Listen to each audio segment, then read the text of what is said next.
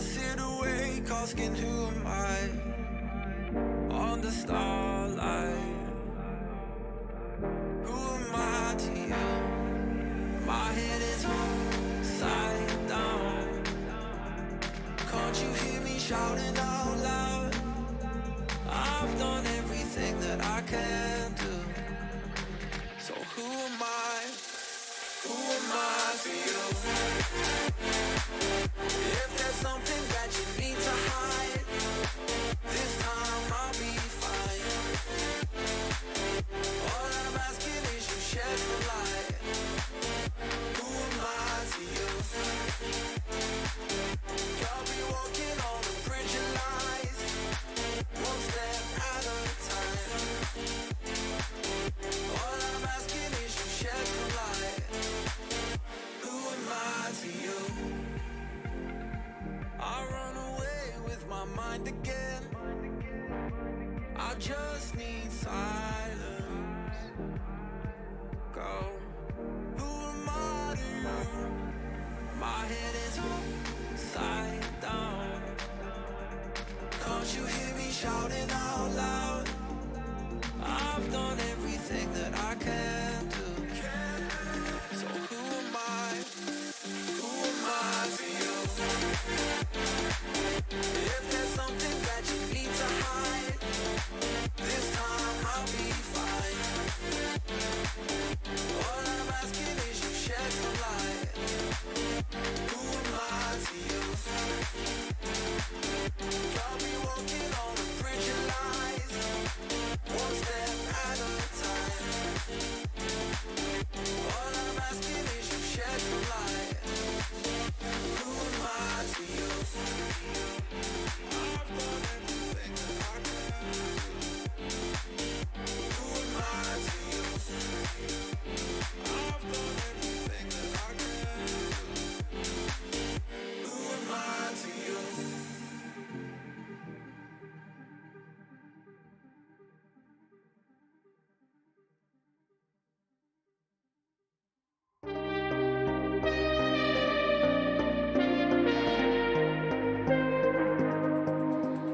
I'm standing alone in a crowd. I got lost, I need someone to find me. 'Cause everything's spinning, I can't see where I am going. My thoughts are taking me deep. I'm fighting to not lose my grip. This is Hello guys, welcome back to the channel, episode number 15. My name is Andy, this is Aidan, and we're back to pretend to know about football yet again. What a week it's been, Aidan, eh? Well, as an Aston Villa fan, how's it been for you, mate? Fucking boring, mate.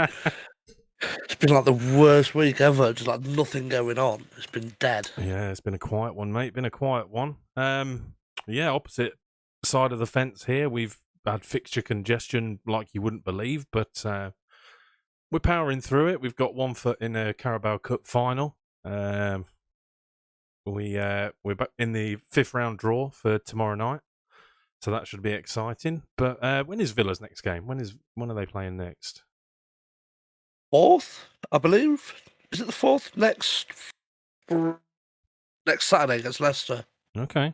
Leicester at home, I believe. So there's been plenty of work on the old training field then, eh?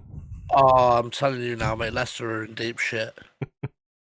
Leicester are in deep fucking doo-doo, mate. Wow. We are going to cause chaos, I hope.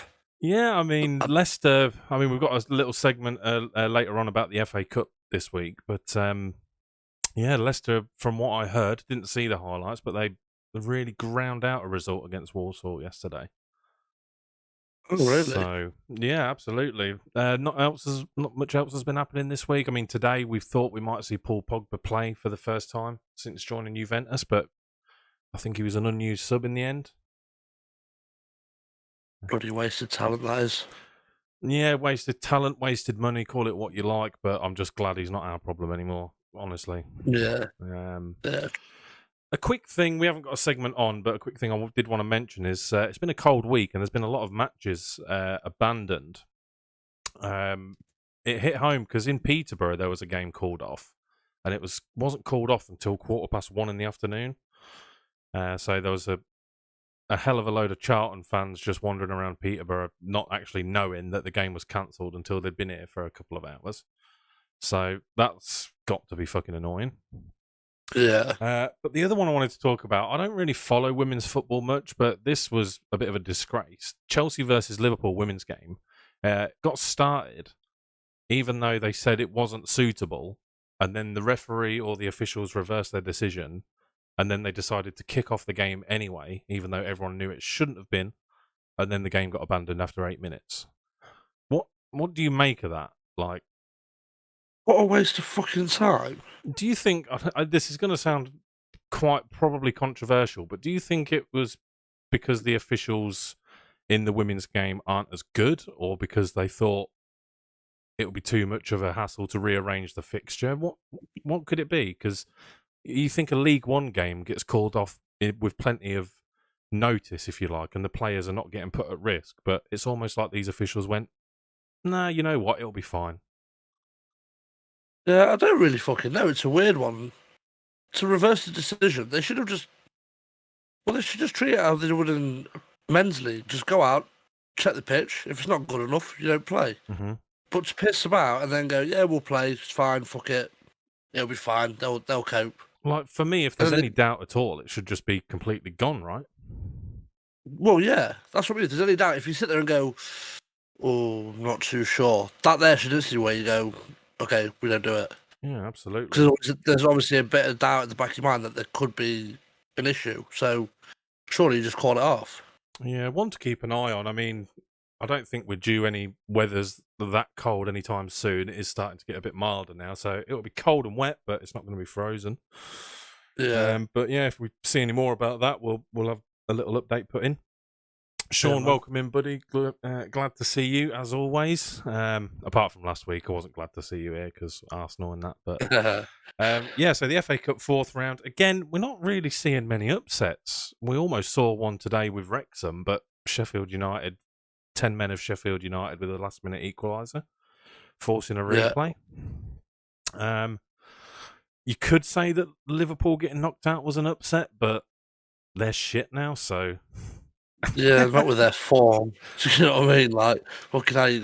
You're a back's Brighton to win that, mate. What a goal as well from Mitoma. I mean, he's really finding his form. I think he scored back-to-back games before he went off to the World Cup, but since he's come back, he's getting goals, getting assists. He's looking absolutely crazy. Yeah, he looks like he's doing all right, mate. To be fair to him, so a well-deserved place in the fifth round for Brighton, I believe. Yeah. Let's have a look. Didn't Palace get beaten 3-0? I don't know. Did Palace get beaten 3-0? Was that today? Did they? What, in the FA Cup? You could have had me fooled. When was that? I don't know. We'll just do our research on the go. Aidan's going to have a look into that now.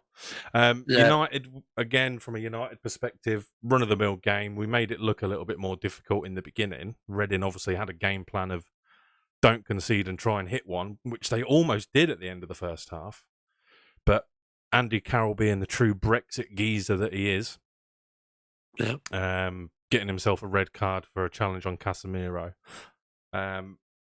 Casemiro, again, looking like just the best midfielder in the league right now. Somehow, if anyone watched that game, right, just explain to me in any terms, in football terms, how Anthony got man of the match for that game.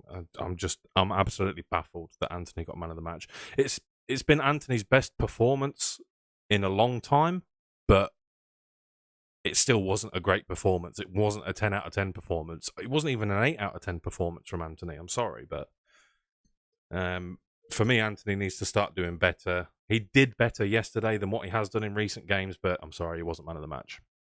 Mitoma for 2.5 million, Sean says. Yeah, Unbelievable bit of business that. And if Brighton hold on to it in the summer, who knows? If they make European football, maybe. But I don't know. You want to be moving up, don't you? Oh yeah, definitely. So I've looked for the Palace score, and I've just seen in the chat that Joe thought was talking about the women's game, so that's why we can't find it. Oh no, we had the little segment on the women's game. We don't follow it, Yeah. unfortunately, but Yeah. he said I thought we was talking about women's lads. No. Yeah. No, Can we just take a second to mention Nathan Ake's goal against Arsenal? we can. Take the floor. Can we just all agree that I think that was probably one of the most composed finishes I've ever seen from a centre back in my whole entire life? Did you see it? I didn't see it.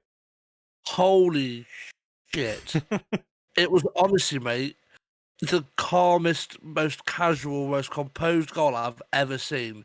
If you get a chance, mate, have a look at it, and then you can tell me what you think of the next week. think- we'll come back to it. Yeah, I'll have to have a look into it. I think I jinxed it because I was literally talking to Sean in the Discord about it at the time. And I said, is the game any good? I'm not watching it.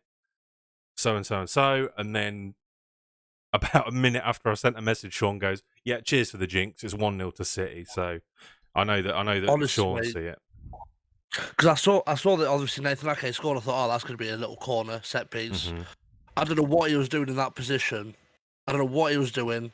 I didn't see before it. I just see Jack Grealish obviously pissing about with it in the box and then laid it off to him. And honestly, mate, pinpoint perfect that goal was. I just had to mention it. Mhm. Had to mention it. I think another talking point from that game was Rob Holding, being able to see out Haaland for 45 minutes. If that's not an achievement, I don't know what is. I mean, that deserves a new contract, surely.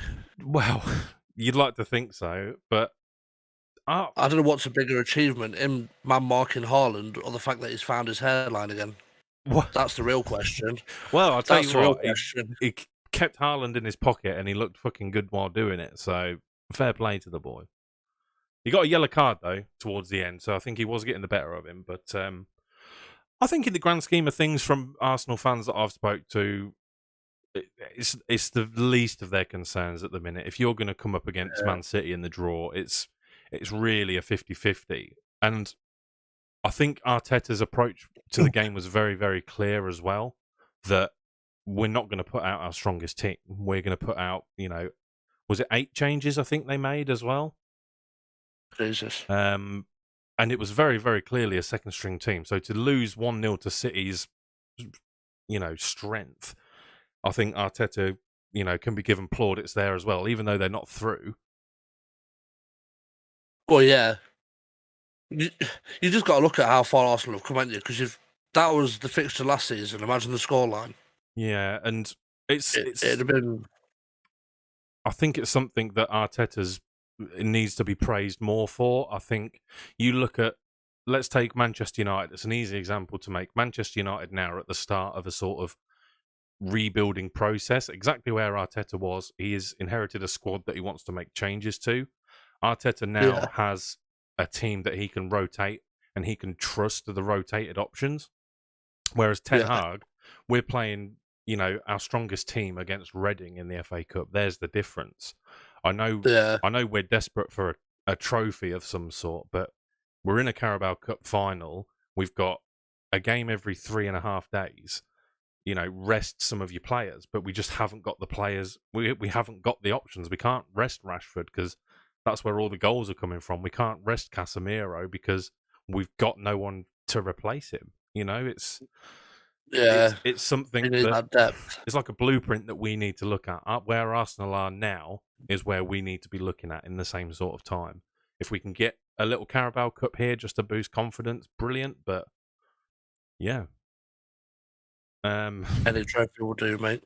Absolutely, and we've got another chance. We've got the draw tomorrow night, so hopefully we can get a nice, easy run through to that again. I'd like to see us progress.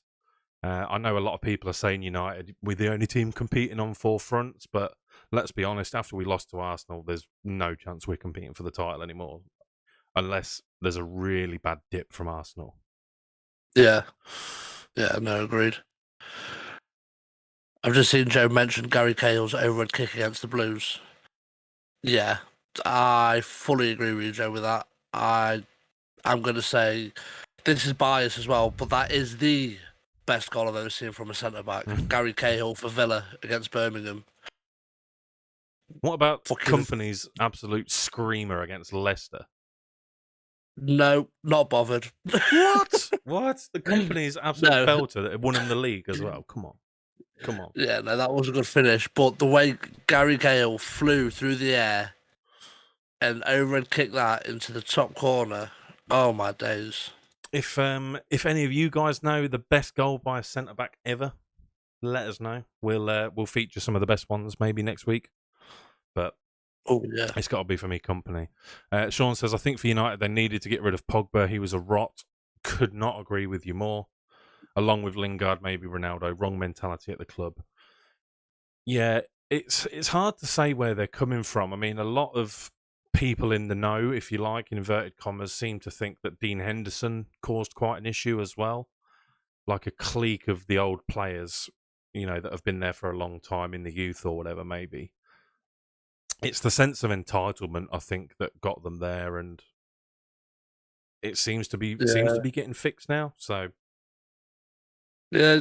Get rid of a few bad eggs out of the club, mate, and you'll be sound. It seems like you're doing that as it is, so yeah, it's probably not a bad thing. Like, you have lost some good players along the way, but clearly it's not been too bad for you boys. So yeah. I mean, it just happens, doesn't it? You lose good players, and I mean, look at Pogba. Like I said, he hasn't played a game yet. It's what 6 months, 5-6 months since he's left the club, and he's still not played for Juventus. So yeah, it's mental. all the best for him and all that. Yeah, Another result from yesterday. Fulham drawing at home to Sunderland was probably one of the most unexpected results. Sunderland yeah. are there or thereabouts in the playoff places. I think with a good run, if they put a good run together, they'll get playoffs. But What's Sunderland now? League One? no, Championship, and they are in 7th, I believe, at last check. Are they? Are they back up? Sunderland are, yeah. They were doing well. But I think Burnley and Sheffield United are like dead set for promotion at the minute. Yeah, they're miles ahead, aren't they, off third place? Yeah, absolutely. There's a bit of a battle between them two. Absolutely. Your club's on the up when Steve McLaren is in the dugout.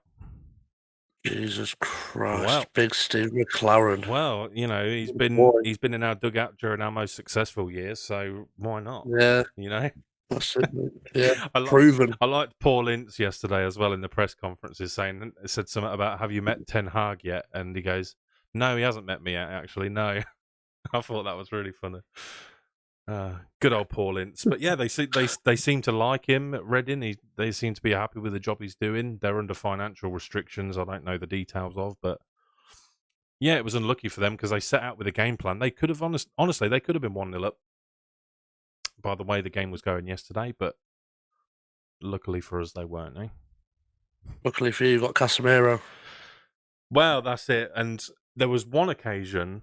Sorry, I've just moved the screen over to Premier League review, but there was one occasion yesterday. Reading scored what you thought was a consolation goal. It was 3-1 at this point with about 10-15 minutes to go. One of their strikers, it was a 2-on-1, and then the keeper, he squared it across to this striker, and he just didn't shoot. He just froze. I don't know what he did there, the Reading striker. He froze up, didn't take the shot, and you should have seen Paul Ince. He was screaming. They said we had to cut him off from the coverage because you saw him lip syncing. He was going, shoot, shoot. And he said, we've had to end it there because it would have been too obvious what he was saying and it's not suitable for this time of day. Honestly, watch that. That was unbelievable. Don't get him revved up on Casemiro, Aiden. Reading the 16th in the Championship. Exactly. You can't get too carried away, but they got the job done. Let's move on before someone starts telling me that Partey is better than Casemiro, which we know is false. Premier League, the only game since we had our episode last week was Fulham versus Tottenham. Again, a massive, massive club in London losing to Tottenham, which wasn't expected, but they did it. What has happened, though, since last week in the Prem, there's not been any games, but Lampard finally got sacked. About fucking time. But It is about time. yeah, I do sort of feel sorry for him because he's not really been helped out, but he's probably not a good enough manager anyway. Sean Dyche being the replacement there. I predicted last week that he would be the one sacked on the spot when they lost to West Ham, but it took him a little bit of time. Yeah. What are your thoughts on that, mate? I mean, we both said it was coming for a long time. Yeah, it was definitely coming for a long time. I think he can't argue it, can he?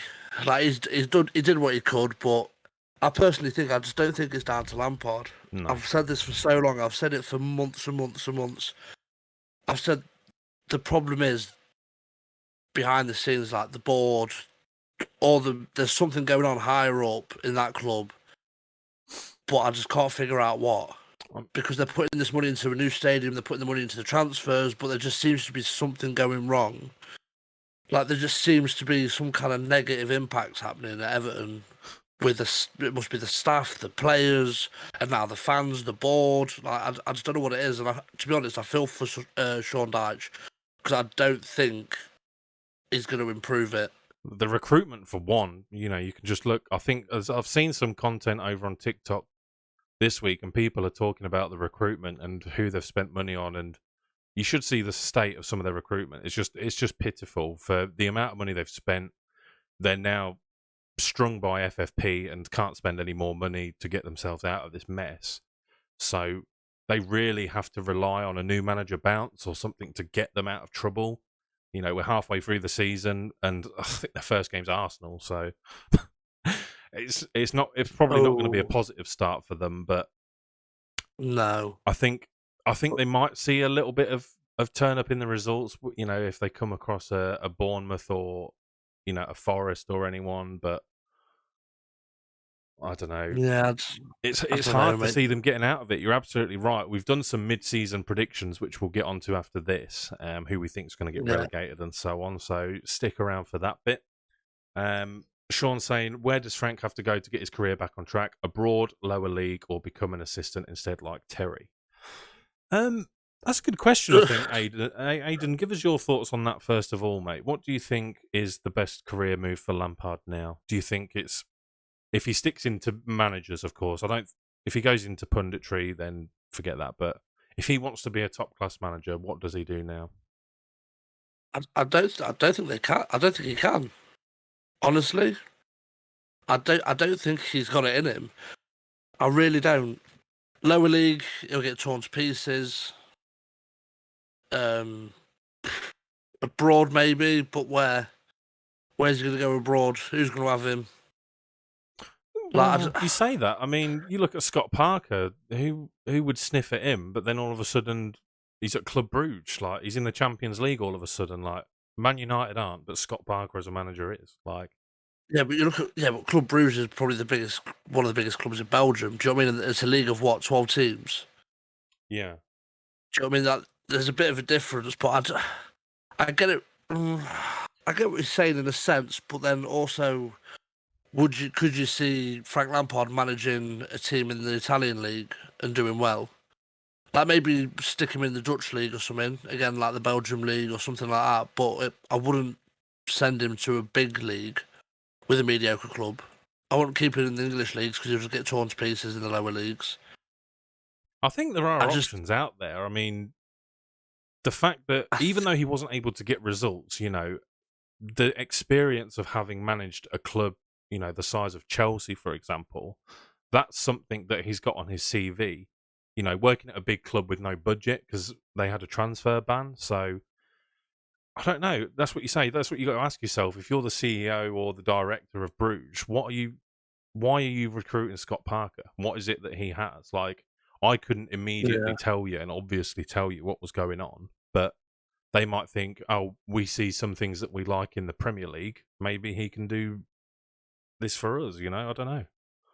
Yeah, I've just seen Joe put in the comments, Fat Frank needs to try getting Mourinho's pocket and be an assistant, learn managing like Arteta did. Which, to be fair, that probably isn't a bad shout. I think that's half the issue, when you look at managers like Gerrard, Lampard and who was it? Gerard Lampard and like Gary Neville. They jumped straight into management, didn't they? Mhm. Didn't really learn from anyone decent. And if you look at all three of them, it's been pretty shoddy. But then, like you said, like Joe said, look at Arteta. Arteta spent what, a year, 2 years, 3 years, however long it was under Pep Guardiola, learning everything. Yeah. And then he eventually took his time to take that step and go, you know what, right, now I think I'm ready. I'm going to do it. And he's done it, and fucking hell, he's flying. So maybe that is what he needs. Maybe he needs to go be in, like, Mourinho's pocket at Roma or Mhm. wherever he could do that. But I certainly wouldn't... I personally wouldn't want him managing my club, no matter what club I was fucking supporting. I think he Yeah. just, like Joseph, needs that experience and knowledge and learning and just take his time. Don't rush it. I think everyone deserves another chance. I mean, when you look at his managerial history, you know, he didn't do great things at Derby. He didn't do anything special with Chelsea, you know, apart from being under restrictions but yeah, I don't think there's anything shameful in working underneath a manager, especially. No. But then it's all about what comes after that. You say Arteta's the perfect example, spending all that time working under Pep, taking the job for himself, taking two of City's players who he knew would be perfect for his system, and he's just doing the right things. I think, like you say, working with Mourinho could be an option, but I personally think that Mourinho wouldn't be the best option because I think he's past his best. But even Mourinho did it back with, I can't remember who it was with. Was it when he was with Bobby Robson at Barcelona? Where is that where he started out? Who's that? Mourinho. Wasn't he? Yeah, Mourinho. He was Bobby Yeah, Robson's he was. assistant at Barcelona, if I remember rightly. Yeah. So it does work out. It does work out for managers, but it's whether Lampard will allow his pride to take him to the back like a step. Yeah. You know, he's already managed Chelsea, Derby, Everton, you know, three big teams within their own right.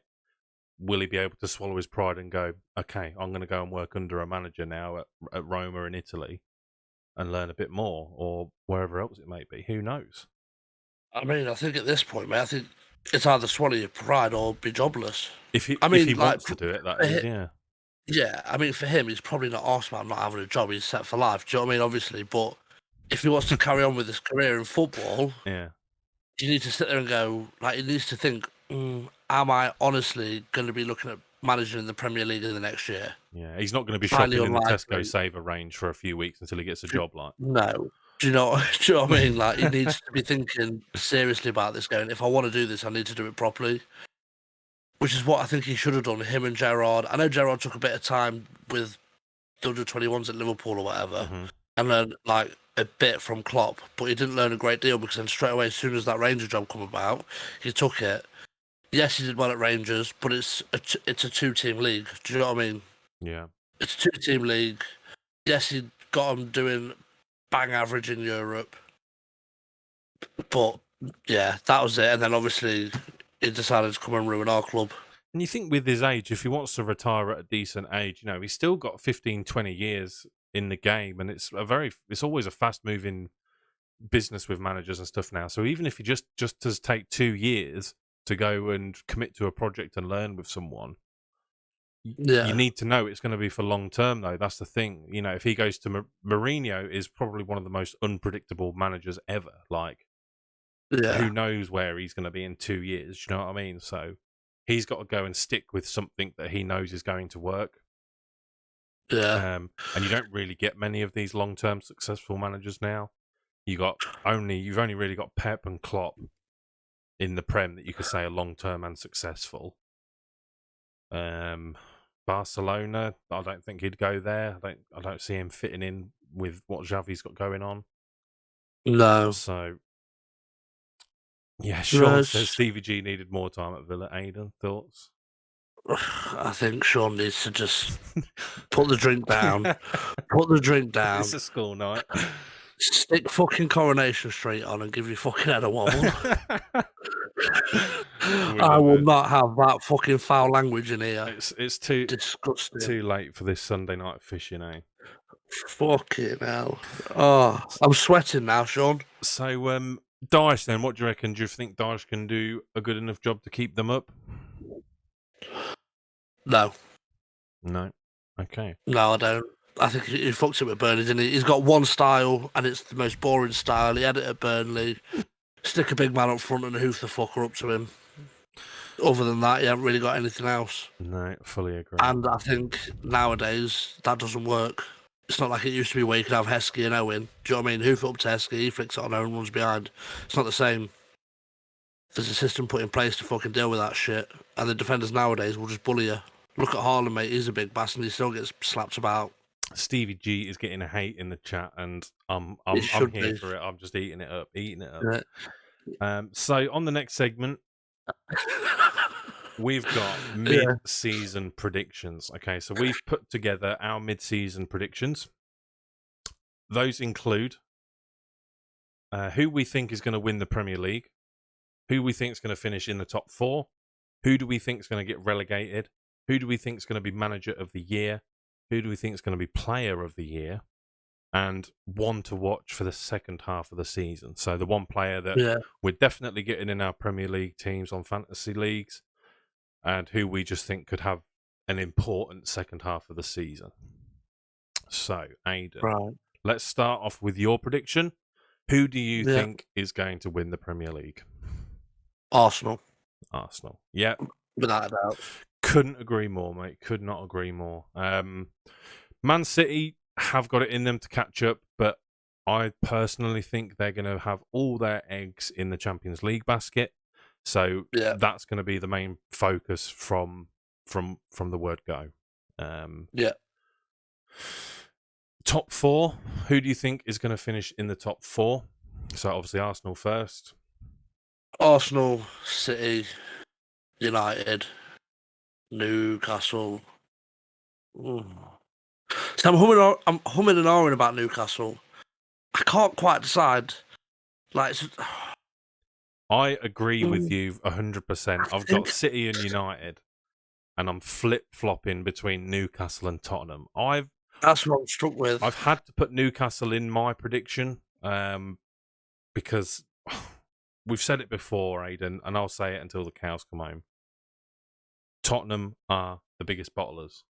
Yeah, that's what I mean. They've got a bottle in them. Of course they're going to bottle top 4.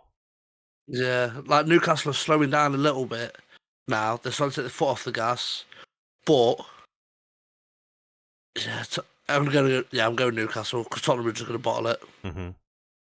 Yeah, 100% Newcastle. Yeah, I agree. I mean, I think Tottenham are grinding out results. Danjuma is certainly one of the players to watch. You know, he wasn't really anything special at Bournemouth. There was certainly something about him.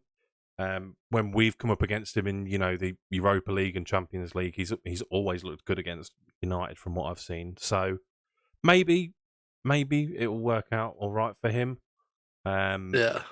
But yeah, I think we've both got an agreement there. Arsenal to win the league. Sean Dixon says stay humble. I'm not an Arsenal fan, so I can predict them to win the league.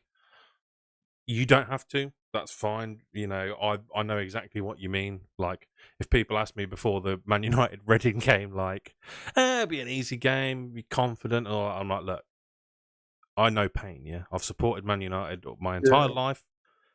I was there during the Louis van Gaal years. I was there during the Ralph Rangnick years, okay? I know pain. I know not to get my hopes up, but we'll see. Joe Shackleton thinks Spurs. Honestly, for me, it was very, very close. I think Newcastle might just have that drop-off towards the end of the season, but I think it was their defensive record that just edged it for me. Yeah, and the fact that Tottenham have bottled enough this season, so who's to say they won't bottle even more? Yeah. Relegated. Who do you think are going to be the 3 relegated teams this year? Southampton, Wolves, and Everton. Okay. Definitely. Yeah, I'm pretty certain on that. Wolves are now just a dead club. They haven't got them. What was the manager's name? Nuno Santos. Was that him? It was Bruno Lage at the start of the season. Yeah, but who's the big manager they had? The new one now is Lopetegui. Yeah, but before that they had Nuno. Oh, Nuno, yeah. Yeah, they've not got him. Ever since he's gone, mate, gone to shit. Jimenez isn't the striker he was since he had that injury. They've got that big fucking Adama Traore. Is he back? I think he's back. Or is he still on loan at Barcelona? I think he's back. They've got Yeah. that. Yeah, it's got that fucker he's not a footballer. He's a rugby player. He can just run and kick a ball. I see him on Other than that, TikTok he's- racing kids in a car park of Asda or something last week. So Do you know what I mean? at least he's won That, one title like- this year. That's all he's ever going to win. He'd probably give himself a medal for it, the daft prick. So yeah, I think Wolves definitely. Everton, I think they're just dead. They're dead in the ground. I think they're fucking knackered now. I could be wrong, but I just really can't see Sean Dyche doing a job. And Southampton, I think it's been a long time coming for Southampton, to be honest. It's like when Villa got relegated. All them years, mate, where it was just staying up. I think this is the year where they've kind of gone, fucking hell, it's our time. It's our time. Get them down. We can sign James Ward-Prowse for 5 million, and I'll be happy. I'm in agreement with 2 out of them 3 clubs, Aidan, I have to say. Yeah. I've gone with Southampton. I feel like Southampton won't finish bottom, though. I feel like they'll get relegated in 18th. One of their signings, that Mislav Orsic, I just think he's going to score goals, but I don't think it's going to be enough to get them out of the shit. Yeah. Wolves, again, I've agreed with you on Wolves because they're not scoring. I think they've scored the least amount of goals in the Premier League, if I'm not mistaken, this year. They've signed... Who did they sign? What's his name? Cunha from Atletico Madrid. I don't think he's even scored yet. I could be wrong. No. He might have scored, or if he scored, it's 1 goal. I'm sure he has just a terrible record. You know, he was going to be the boy. Sarabia, they got in from PSG. They're not getting goals from anywhere. I quite rated Bruno Lage, actually. I'm surprised they got rid of him as quickly as they did, but I think they had stars in their eyes when they saw Lopetegui was available. And I think that worked out. That's going to be a bad decision. I think that's going to undo them. I can see Everton surviving, and I think the only reason I can see them surviving is giving the fans credit. I think they're gonna have a new manager bounce at some point. I don't think it will be against Arsenal, but I think the fans in the home games are gonna absolutely lift them up. The players are gonna be trying 10 times harder because they know what it means for them if they do go down. Yeah. I can just see Everton pinching it. I can see them getting 17th and surviving. They've got one of the harder runs out of the other teams, but Bournemouth is the team I've got to go down instead of them. Bournemouth. What even is a Bournemouth? Look at their ground. It's not even a Premier League ground. Like, just go to the Championship. Just stay there. Play Preston every other week because that's your level. Like, Bournemouth aren't a Prem side. They're a feeder club. You know, all their best players move on. They get their best players from Peterborough United as well. So, I think, just go back to the Championship for a bit. Build a bigger stadium. Start signing attractive players, get good managers, and you'll be fine. But just get out of here. You're boring. You're just the new Burnley. We want Burnley back. Haven't they got new owner now, or like a new investor? Who? That Bournemouth? actor. Yeah, it's the actor, isn't it? I don't know. Michael B. Jordan. Michael B. Jordan. Yeah, Michael B. Jordan. He played Killmonger in Black Panther. That is news to me, if true. Let me. They're going for the Wrexham model. Get 2 famous Hollywood actors. I don't know how successful that is as a plan. Joe's saying Lopetegui has such pull-in power. He does, but Wolves, Mateus Cunha was probably a better signing than what Wolves could have hoped to have get, and he's not scoring. Yeah. So just to confirm, Michael B. Jordan has become a part owner of AFC Bournemouth. That's interesting. Yeah, it is. But they're still boring. I used to say this all the time about Burnley. You play boring football, your kit's boring. Everything about Burnley is boring, but they actually look a bit exciting now. Like Company, I think is one of the best Premier League players of all time. It hurts me to say it, but it's great to see him doing bits with Burnley. Hopefully they can come back up, get some exciting players in, and be a new non-Brexit football team, you know? Yeah. Burnley would be nice to have back up there. Joe's saying Southampton, Bournemouth and Leicester. Joe's back in a Wolves revival. Yeah, he Leeds. originally said Leeds, and then I think he listened to your explanation of Bournemouth, and then he changed his mind. Like, don't get me wrong, as a United fan, I would love to see Leeds in the Conference North, but we don't all get our dreams. Leeds have made some crazy signings. Like, they're just going for a full American team, I swear. I said this would happen. I said this would happen when they signed Jesse Marsh. Fucking Americans and fucking it's an absolute fucking joke. Honestly, it's stupid. Like Winston McKennie, though, I give it to him. Winston McKennie, if they get that through the door, which I'm pretty sure it's almost done. I think he's flying in. That is a good signing. His name is. Who did I say? Winston. Fucking Weston McKennie. Fucking Winston. Who's Winston McKennie? That'd be his yeah, British Weston brother. McKennie. Yeah, Winston. But yeah, so if he comes through the door, then yeah, it's a good signing. But I don't know. I think they're going to be down there. They won't get relegated, but they're definitely be down there at the end. Yeah, and I don't know. It won't be long until they're singing "Fight and Win" in the stands. I don't know. Oh, it's going to be fucking the American national anthem and all sorts, mate. Fucking honestly. Please no. Please no. Oh, I hate it. Hate it. So relegations, we've got sorted out. We've got a post with all these put together at the end. We'll reveal them at the end. Manager of the year. Arteta. Agree. Arteta. Agree. It has to be Arteta. Okay. Let's just address this now. There's been all this nonsense on TikTok and Twitter this week saying, "Oh, but Eddie Howe, Eddie Howe's done a good." Yes, Eddie Howe has done a good job. Arteta's like Absolutely. 11 points clear at the top of the league right now. Just get Eddie Howe's name out of your mouth for manager of the year. Yeah, get over it. He's not going to be the England manager anytime soon. Get a grip. Move on. Absolutely. He's not going to be... It's unfortunate that Arteta's having an absolute blinder for Eddie Howe fans, of course. But get just Arteta, manager of the year. Just look at what he's done. Yeah. How he's reshaped this team, how he's put his stamp on Arsenal, how he's top of the league, still fighting in, is it the Europa League as well? Yes, in the Europa League. Yeah, it's Arteta, okay? Unless he's somehow, the only way he couldn't is if he loses the Premier League now. Yeah, and if he loses the Premier League, then maybe we'll look at Eddie Howe. Which isn't going to happen, is it, Sean? Is it, Sean? No. Well, write it down. Put it in writing. Get it written down. I want to screenshot it. No, they won't lose. Honestly, I don't think they will lose. And no, they won't. So we've got the manager of the year. Who do you think is going to be player of the year?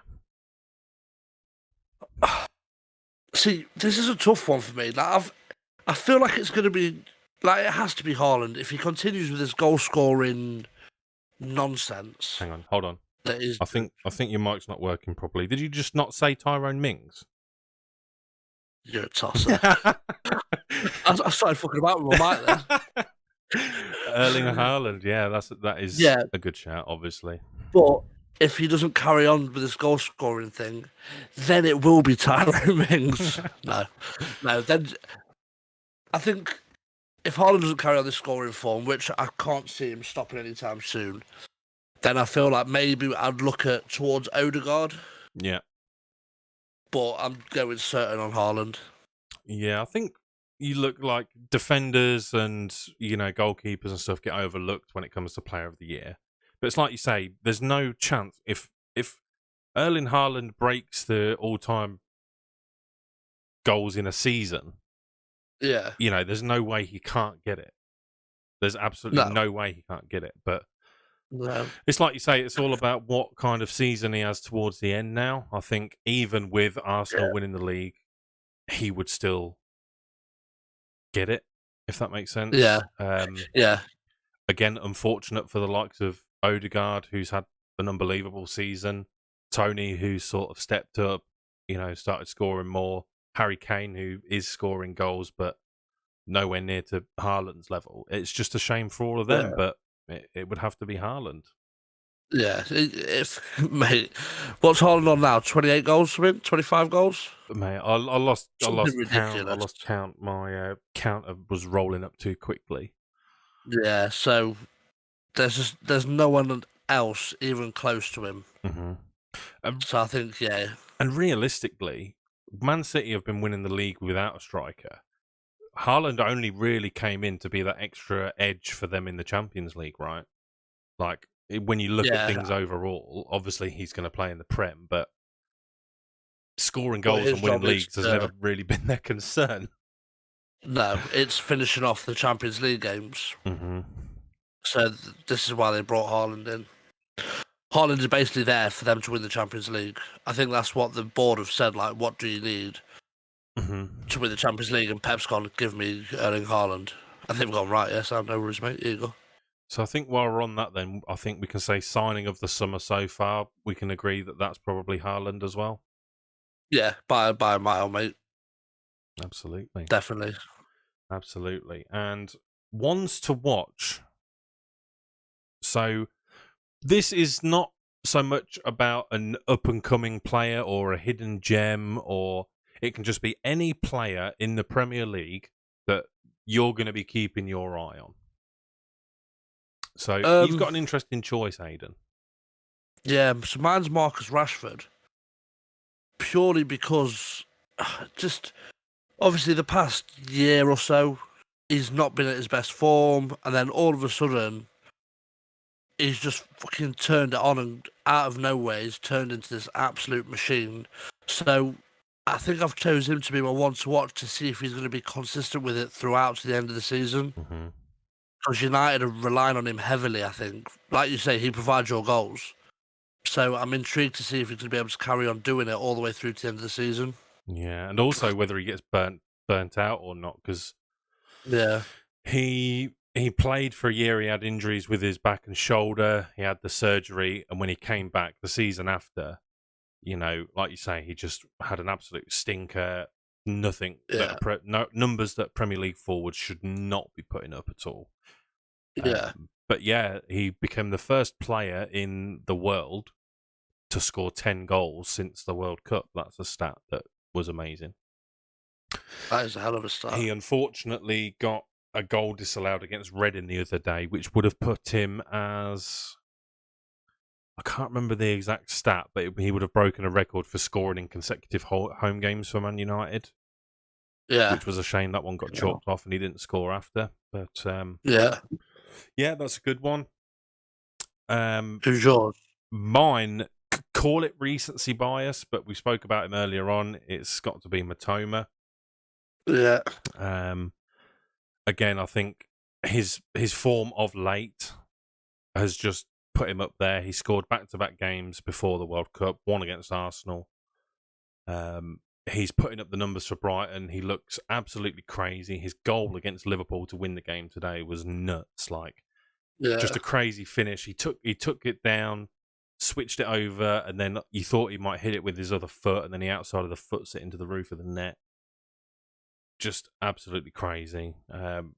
Joe saying Nketiah or Nonto of Leeds, brilliant players. Two solid choices there, to be fair. Especially for one to watch. The only reason I chose him over somebody else is because of what he might be able to provide Brighton. I think, honestly, with the way that they're flying at the minute, Brighton could be in with a fighting chance of a European spot. May it be Conference League or even Europa League if they win the FA Cup. That's a very, very long shot. But I was looking into it earlier. I didn't realise that they'd brought back cup competitions into the qualification. And it was very, very long-winded and confusing. So, top 4, Champions League group stage, that's easy, right? Yeah. 5th gets Europa League. FA Cup winners get Europa League. And EFL Cup winners, Carabao Cup winners, get Conference League. if Right. if the winners of the FA Cup are already in the top 4 or are already qualified for the Champions League, then it goes to 6th. Yeah. So that's normally the case anyway, right? If the Carabao Yeah. Cup winners, Man United, of course, are in the top 4, Huh. then that also goes down a place. So it depends on both the FA Cup. So it could be up to 7 places for European competition. And why not? Why could Brighton not do it? You expect Liverpool to have a resurgence and get up there, and the same with Chelsea, and Spurs will be there or thereabouts. But why not a Brighton? Why not a Brentford? Why not a Fulham? You know, Well, no, if that's the thing, if that's the case, then it will go down to 8th because 5th and 6th is Europa League and 7th is Europa Conference, isn't it? no, it's only at the minute. It's only 5th place gets Europa League. Oh, is it changing next season? It's this season, so the FA Cup winner gets Europa League, but then it will go to 6th if the FA Cup winner's already in the top 4. Right. Okay. And then the same with Conference League will go to 6th if someone from the FA Cup wins it, or blah, blah, blah. You can find this information online. It took me an hour and a half, but I can't explain it any better than the website can. But it's there to be found. But yeah, you've just got to aim for 7th. If you're Brighton, aim for 7th and hope for the best. I'll bring them up now. So side by side, my predictions on the left, your predictions, Aidan, on the right. Yeah, why not? I mean, why not Brighton in the Europa Conference League? Do you know what I mean?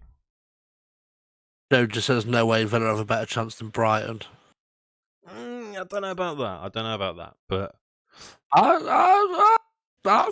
to be honest, I can't not agree with that. no, absolutely not. If you look at We're the only difference in 3 points behind them. 3 points behind 6th. We are. No, of course. I mean, it's not impossible. It's not, but Brighton have got 2 games in hand over most of the teams up there, or at least a game in hand. It's just about who has the better run. Yeah. And that's why I've put him as one to watch, because if he keeps up his form, the Brighton are going to be there going, who's Trossard? What do you mean? We've got someone who's 10 times as good as Trossard. Do you know what I mean? Yeah. Like, we're not worried about Trossard anymore. Caicedo is potentially on his way out. We'll talk about that. We've got the next segment coming up, which is transfer talk, our favourite segment. Yeah. Probably the last transfer talk as well. We'll recap some transfers next week, because by next week we'll be all done and dusted. Yeah, there'll be no more transfers. We'll start off with the funniest transfer story of the entire week. Yeah. Arnaut Danjuma. Oh God, yeah. With Tottenham with the craziest hijack. I don't know exactly how it works. I'll just again get my news from Twitter. From what I heard, Danjuma had done every single thing, even getting photographs taken in an Everton shirt for media purposes. And there was one last registration document that needed to be signed and sealed. Tottenham said, "Hello, mate. Don't join them losers. They're going down. Come to us." The biggest hijack in history. And to be fair, it's not a great choice, is it? Let's be honest, Everton, Tottenham. But if you have a chance to play in Europe next season or the Championship, it's a no-brainer. You know what you're going to do. So that's strange. That's really strange. The fact that he was about to choose Everton was already strange in itself anyway. Yeah. Well, yeah, because I thought it was already pretty strange, because obviously there was talks that Villa wanted him. Mm-hmm. So I thought, I wasn't really sure about him, because obviously he's not done too much in the Prem before. But then when I saw he was going to Everton from Villarreal, I thought, no, surely not. He's going from Villarreal to like a very bad relegation battle. And then obviously it come out. I just thought it come out about Tottenham. I was like, what is going on here? I mean, what is happening? He was one of the players I was originally thinking of one to watch, but I thought, is he really going to be one to watch at Tottenham when they've got so many options? He might score a few goals, but I would have probably put Weghorst before him anyway. I'm joking. Or am I? I don't know. Again, Orsic, I think he's going to score goals, but I don't think he's going to do enough to keep Southampton up. João Felix, Yeah. again, one to watch, but he's only on loan, isn't he? I think he's probably going to be Chelsea's best signing out of them all, to be fair. Wow, the whole 433 signings they made this window. Yeah, and with another one to come potentially in Enzo. Yeah, probably more will appear out of somewhere. Yeah. We'll see tomorrow that they bid for fucking Moises Caicedo, whatever you say his bloody name. Well, Caicedo. yeah, that's a funny story in itself. Now, Caicedo posted on, I think it was Instagram, essentially with a goodbye message, like, I want to take this time to thank everyone, and this was even Brighton understand that this was a good opportunity for me. And then within hours, Brighton are like, "What are you talking about? Like, you're not going anywhere, pal." Sean in the Discord asked, "Does it remind anyone of Odin Wingy? Is it worse?" Oh my God, yeah. Not Odin Wingy driving down the motorway to try and get signed on deadline day. Odin Wingy, Jesus Christ, I remember that. And I remembered the one, I couldn't remember the player, but he told me it was Maitland-Niles who put on his Instagram story something along the lines of, "Oh, get me some game time," but now look at him, out of the Arsenal squad, not getting game time, probably not going to get back into the Arsenal team with a contract running out. So Instagram and social media's having an influence on the way players act around transfers. I don't like it personally. I think it's a bit cringeworthy. Excuse me. You've got to be professional. You've got to do your best for your club. Keep all that stuff. We love to see it as as pundits, as fans, as whoever. We want to see all that stuff going on, but it gives us some shit to talk about. From a club's perspective, it just makes you look unprofessional, I think. Yeah, I think if a Villa player did that, I'd be going nuts. Mm-hmm. I'd be fuming. Again, like you say, Chelsea's made 433 signings. The most recent, if Enzo doesn't go through anytime shortly, is Malo Gusto. Yeah, the young right back from Lyon. It's the unlimited money glitch on Football Manager that Todd Burley seems to be playing at the minute. So yeah, that's what Joe keeps saying to me, is that literally Chelsea are just playing Football Manager right now. That's all they're doing. But it's like, it's fucking mental. What's it going to get them realistically? Like this season, they get, this season, let's say they're writing off this season now, which of course they won't be, but it's going to be difficult. They're writing off this season now. They might not get Europe or top, or win the Champions League. They're not going to win the Champions League, I wouldn't have thought. What do they do? Like, no.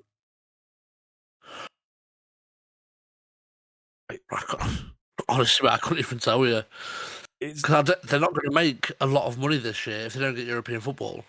You have to do something. They have. Are they in any cups? Well, I don't think they're not in the Carabao. They're not in the Carabao. They're not in the Thingy Cup. They lost to Man City in the FA Cup in the third round, so they're only in the Champions League, and obviously they're in the Premier League. But it's fucking it's just mental. Like Arsenal spent in one window, wasn't it like 220 million? Yeah. And now they're sort of seeing the benefits of doing all that business and having a big squad. So Chelsea have got to do the same. I'd say within a year and a half maximum, they're going to have to be doing stuff. Mate, not even with the money they've spent, and they're continuing to spend. You think they've still got to spend 60 million for? Is it Nkunku? Yeah. I don't know if that's been the money's finalised on that part yet. Then they've been another 85 million for this Enzo Fernandez. That's going to take them to over 550 million. I'd love to know what Chelsea fans are thinking right now, because as a United fan who's sat here, getting Butland on I think Butland was on a free. We've just got to pay his wages. Like he's on loan, and Weghorst again just on a loan, knowing that we're not getting any more signings. I'd love to be sat here getting, bloody 80 million deals over the line every other day. Yeah, like it would be nice for Chelsea fans in a sense, but at the same time, I'd be absolutely shitting myself purely because of the position we're in the league. Mm-hmm. I'd be sat thinking, well, we're not going to win anything this year. We're not going to win any titles. We might not even get European football for next season. We've spent over 500 million now, which is going to absolutely screw us. We've got a huge squad, which we're now going to have to trim down. All these new players, we've got to get them gelling and working together in 6 weeks of the new summer. I think Joe's spot on saying the 30 million for Malo Gusto to play second fiddle to James. That's absolutely it. Yeah. Because as Palaqueta's going out as well. Yeah, like, it's fucking bizarre. 30 million for a second choice right back. Like, what the fuck is going on? I think Chelsea alone are going to ruin the market. 30 million is about right for a right back these days, I think. But what yeah, you for normally... a right back, not for a backup. But what you meant to get from that is not only the talent in him, but also Reece James is going to say, I'm under threat here. I need to up my game. And that just does naturally happen. Look at Wan-Bissaka. His last 3 games, he's been elite. But he was shit before that because now Dallow's come back, taken his spot off of him without even any doubt. And Wan-Bissaka's gone, I better shape up here. Yeah, and Joe's also got another good point here, to be fair. What's funny, they get rid of Lukaku and Werner and still play Havertz up front and don't sign a striker. 500 million and still Havertz is the main striker. Well, they bought Aubameyang in on loan and they don't play him as well. Yeah, but isn't he on his way out, apparently? Well, there's talks that he might be leaving, or his contract's his loan's getting terminated or something. I did see the thing what Sean tagged the Pundits TikTok account in. If you haven't followed already, it's down there. Get over there, give us a follow on TikTok. It was Rory Jennings talking about Chelsea's recruitment policy, and it was like, so if this person's replacing one person we have on loan, talking about Lukaku getting replaced, Werner replacing them, and then Havertz replacing them. It is farcical, but surely after all of this spending and all of these players they've got in, they've got no excuse. The excuse that they can live off for the next half of the season is we've got to work now as a team, But you can't be. There's no way they can spend all this money and not start off next season. They can't not win a trophy or something next season. I'm sorry, but with all that money, you can't. They have to pull something massive out of the bag here. Yeah, you can have almost 6 Haalands for 500 million. The thing is, Man City are going to make money on Haaland. It's crazy as well that they're going to get Haaland for 2 to 3 years and then make money when he goes to Madrid. Yeah, like imagine if he goes to Madrid, you sell Haaland, mate. 150 million minimum, depending how long's left on his contract. I'd say 200 minimum. What did Neymar go for? 203 million. It was something. And this Mbappe and Neymar were both like 200 mil each, right? Yeah. So you look at Haaland, mate. You've got to be looking at 200 million. If you're Man City, you don't accept anything less than 200 million. Mm-hmm. Because for 150 million, who are you going to sign to replace Haaland? Who's going to be as good? Is irreplaceable, mate. That's true. Joe's made a good point as well about Osimhen. That's who Man United have been linked with again. We're always linked with Osimhen, but what the problem with Man United and Osimhen is Napoli want lots of money. Man United don't want to give lots of money. So it's just a broken negotiation before it even begins. It's always Harry Kane and Victor Osimhen for Man United. The rumours have started again about Harry Kane in the summer. It's boring, mate, isn't it? There's Harry Kane talk now. Like it's been going on for years now as well. Like years. It's clicks, it's stories, I don't know what it is, but look at Man United. We've just got Butland and Weghorst on loan. We're not getting Harry Kane. Okay. Yeah, like let's be realistic. Fucking hell. We could do something in the summer. If I had a choice between the two, I would choose Osimhen just purely because thank God. I think Harry Kane will be worth. If you was to pay 80 million for Harry Kane, he probably would be worth it. But I don't know. If he doesn't hit the ground running, he might just be another Maguire where he just plays bad for us and good for England. I don't know. Yeah, that's for me. I wouldn't pay 80 million for Kane. I'd probably pay 50. How old is he now? 33, 32, 33? But I think you have to. That's the thing that annoys me. You have to pay that money for him. And like you say, once you've paid 80 million for him, he has to commit. He has to do something as soon as he plays. and that's Yeah, it. but If he doesn't score for his first 3 games, then he's just out on his arse, isn't he? But that's what I mean. Do you pay 80 million for Harry Kane, who's 33, who's not being that consistent anymore, or do you pay an extra 40 million and get Osman, who's 22 years old, and just is an absolute machine? Yeah. I'd definitely put my money on Osman. Yeah, hopefully, if it does go that way, they don't demand a crazy fee. But I think that they will demand a crazy fee, but I think United hopefully will sort their fucking finances out, won't they? by the summer, we should be under new ownership. So yeah, hopefully for you guys, and then you could probably look at Osman. there's that to look forward to. Yeah, I don't think there's anything else. We did mention Weston McKennie. I think that's a great signing for Leeds, but again, yeah. is he going to do great things there? Anything going on Aston Villa transfer wise this week? Transfer wise with Villa, no, not honestly, mate. It's dead coming out of Villa at the minute. There's not a great deal happening. All I've seen that is Guendouzi's club, Marseille. They've come out and said that they're aware of Aston Villa's interest, but they're still waiting for a formal bid. Mm-hmm. So whether that's going to happen or not, I'm not sure. I've seen a lot of things on Twitter about people saying Villa fans get excited with the French flag and they're talking about a striker. There's a lot of talk that it's going to be Moussa Dembele from Lyon, but again, nothing's been announced or nothing's come out. But then Villa are quite good at, like with Danny Ings, no one knew about the deal until it was literally announced that he'd signed. So maybe that's going to be the case. So we'll see. But yeah, at the minute it's pretty quiet. I don't think I've heard of anything else, to be honest with you, mate. Yeah, I think it's the same with apart us. from Delafeu. Delafeu? Yeah, was in for him from Udinese. Wow. You know, he used to play for Watford. Yeah, we went for him, but then he's got a really bad injury, so that deal's off. That's a shame, we're not- actually, we're not because he's interested. quite a good little player. Yeah, I think he's at 31, 32, so I think it'd just been a couple of million, just a winger as a backup to see us through to the end of the season. But Yeah, just as an Ings replacement, I certainly don't think he could do any worse.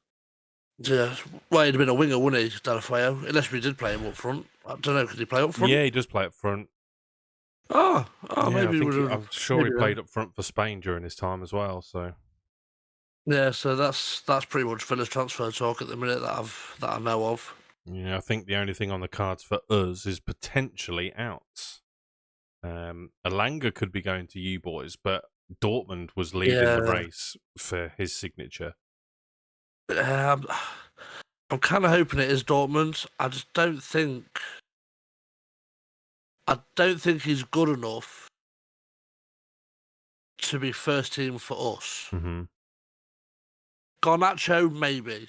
Garnacho, I wouldn't mind, but Alanga, he had 2-3 good games, if that, and then ever since then he's just dropped off the radar completely. I know Unai Emery was at the United and Forest game watching someone, so I'm still really fucking nervous to know who he was watching, to be honest. But I'm glad it wasn't. Honestly, I'm so glad it's not Maguire because Maguire. he was suspended. No, So literally, I count was your on lucky FaceTime with Joe, stars. mate. When you said to me that he's there, I was on FaceTime with Joe. I said, "Guess who's at the fucking United game?" I was like, Unai's there watching someone, and he was like, "Oh no, not Maguire." I was like, "No, he's suspended." He was like, "Thank fuck for that." Joe said Ings was top goal scorer this season. Yeah, but how many goals was he on? Yeah, I think he's only on 7. Seven's not bad, but you mental. need more. You need more if you're the number one striker. Yeah, but Garnacho, but our I'll take in problem a is heartbeat. now- Get your hands off Garnacho. Leave him alone. but that's the thing now with United. With us now, we don't have another striker apart from Ollie Watkins. He's our only striker. Other than him, we've got Rory Wilson, who's 16 years old or 17. How are That's you all not we've got. on your knees praying for a signing right now? If your only striker is Ollie Watkins, like I'm not even bantering at this point. I'm serious. No, honestly, we are nervous. Like, I've spoken to Joe before, and we're saying like we are dying for a striker. But hopefully, like Ollie Watkins can score. He can score. He's proven it.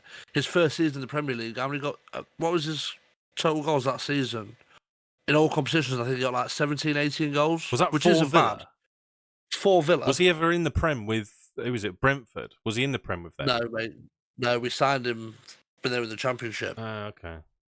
So he didn't do bad. That's obviously with cup games and everything else, but still, that's not a bad goal scoring record. It's not, but So even if we so, could- if you only have the one option, yeah, it's worrying.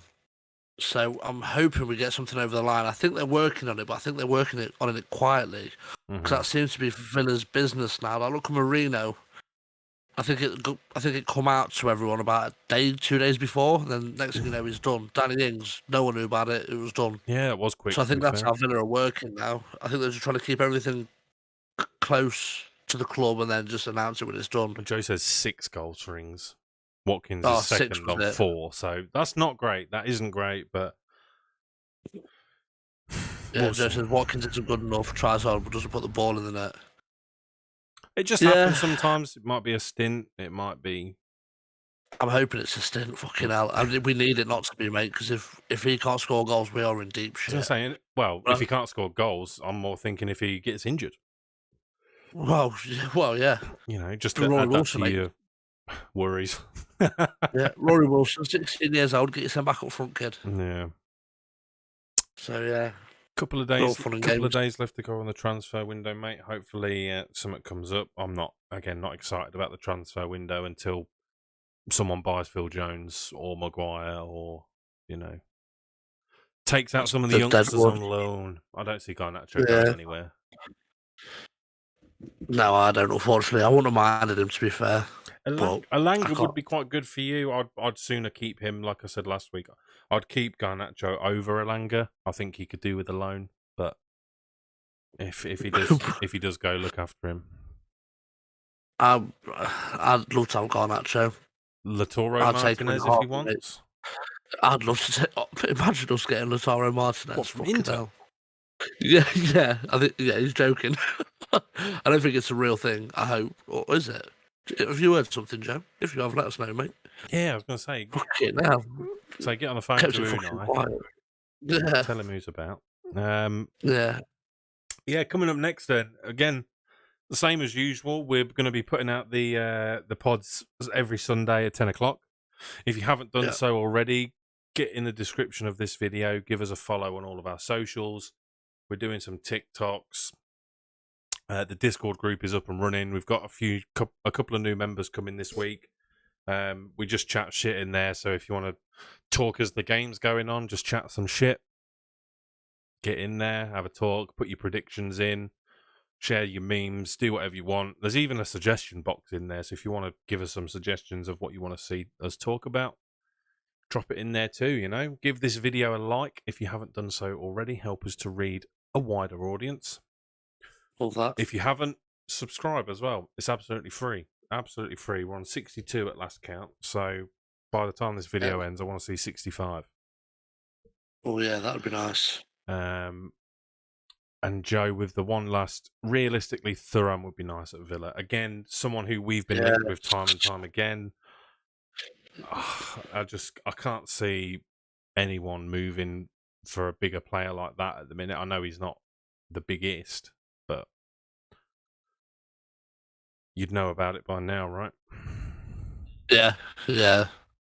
Don't know. Maybe Villa will fucking do something sneaky. Right, yeah, Villa, you've got one striker. Get your asses in gear. Man United, let's win this fucking Carabao Cup. We've got a dead rubber game on Wednesday. Let's see some of the youngsters have a chance. And yeah, hopefully we'll be able to talk a little bit about an Aston Villa game next week. Fucking God, I hope so. You watch, gets fucking postponed or something. Oh, I'll be seething. Been emotional, gents. Good stream, as always. Thank you very much, Joe, for being here, mate. It's much appreciated.